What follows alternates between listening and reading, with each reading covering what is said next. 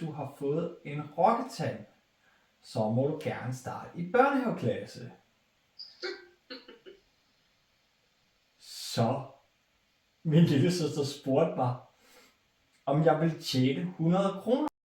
Smile, oh your heart is aching. Smile. Heldigvis så bliver jeg reddet.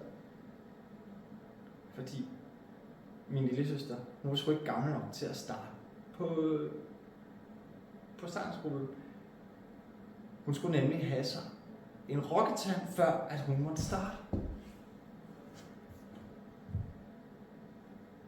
Så det vi kommer hjem, så spørger min lille søster mig, om jeg vil tjene 100 kroner. Min lille søster, hun er altså en lille smule loco. Er du vanvittig? Jeg er 10 år gammel, jeg synes du er pisse irriterende. Jeg ville sgu da godt have gjort det gratis.